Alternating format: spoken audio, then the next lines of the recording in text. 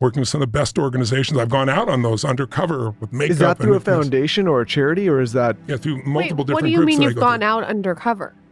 I went to Haiti undercover with a group of former Navy SEALs, SEAL Team 6 guys, and a couple CIA guys that are brilliant.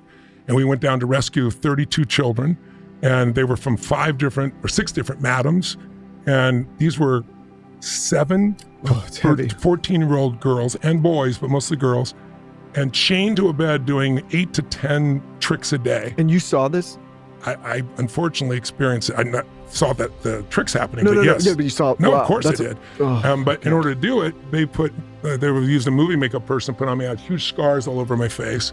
And they had this hat and this, stuff for me. And I went, and they rented this yacht, and I pretended that I was coming here, this very wealthy guy, with 30 of my friends, and they're all built like this, right? They're all Navy SEAL guys. And so we rented this place, and we couldn't tell the police because the police were involved. So the only person who was the prime minister, the president. And so we worked everything out, and then he was going to have his special forces group come in at the very end, but we had to film it and trap it. And so it's so funny because I'm seeing things that you can't unsee, unfortunately. The worst part of, I wouldn't call it humanity because these people aren't human, but they do to children. I get emotional thinking about it. Anyway, I was supposed to negotiate with this guy. And at the last moment on the boat, someone said, "You're Tony Robbins." And I was like, holy shit, it was my voice. It didn't matter. My voice is so distinctive, and they'd heard it. So I was like, I sat in the corner and someone else negotiated. They brought these guys on, and the guy's like, he doesn't talk to you. We lead the negotiation. My job was just to nod when it happened. And while it's going on, I'm watching one of the guys who's this brilliant guy doing this negotiation, and he's so convincing, so enthusiastic, and we want the young ones and all that stuff. He's on our side of the table. Everything's being filmed. We're right off the beach, and then on the beach, there's a place where they're going to go get the children, and that's got all filming in it.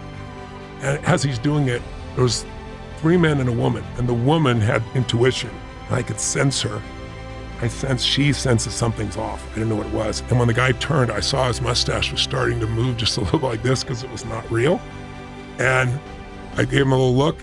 Fortunately, we got it done. We went on there, and then the special forces people didn't show up. And we're freaking out. So the last second they show up, we had to leave the country because also the police come, they'll put us in jail, right?